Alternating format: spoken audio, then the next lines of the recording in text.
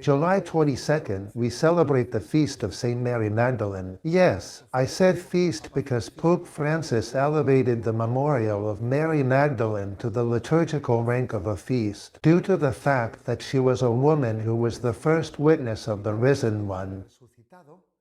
And also because she was the apostle to the apostles, as St. Thomas Aquinas designates her. The gospel that is proclaimed is taken from chapter 20 of St. John. In it, above all, it stands out to see Mary Magdalene weeping inconsolably next to the tomb of Jesus Christ, which was empty because she did not know where they had laid him. She was stunned, she was perplexed because the body of Christ had disappeared, the body she wanted to anoint, and did not know where they had placed her Lord.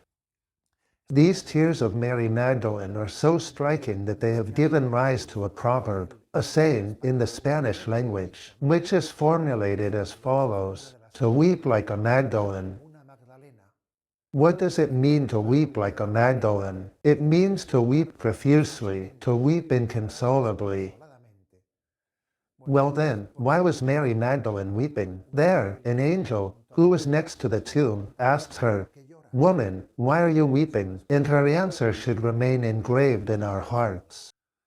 "Because they have taken my Lord away, and I do not know where they have laid him."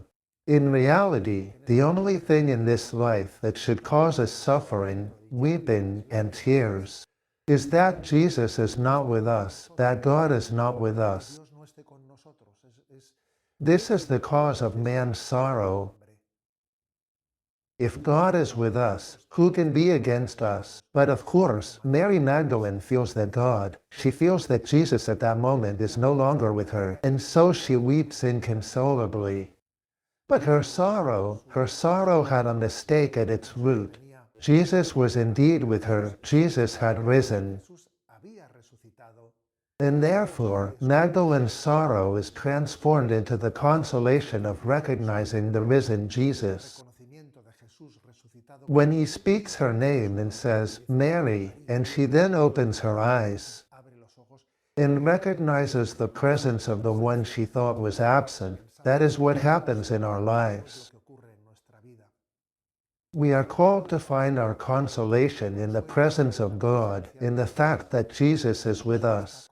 Even if at times we cannot perceive him, even if at times the same happens to us as to Mary Magdalene, who at that moment wants to grasp, wants to hold on to, wants to cling to Jesus, and Jesus says to her, "Do not hold on to me, for I have not yet ascended to the Father." Yes, we cannot cling to, we cannot retain Jesus with us. We must, through faith, discover his presence, the presence of the risen one in our lives, but with the consolation that Jesus is always with us. If the risen Christ is with us, who can be against us?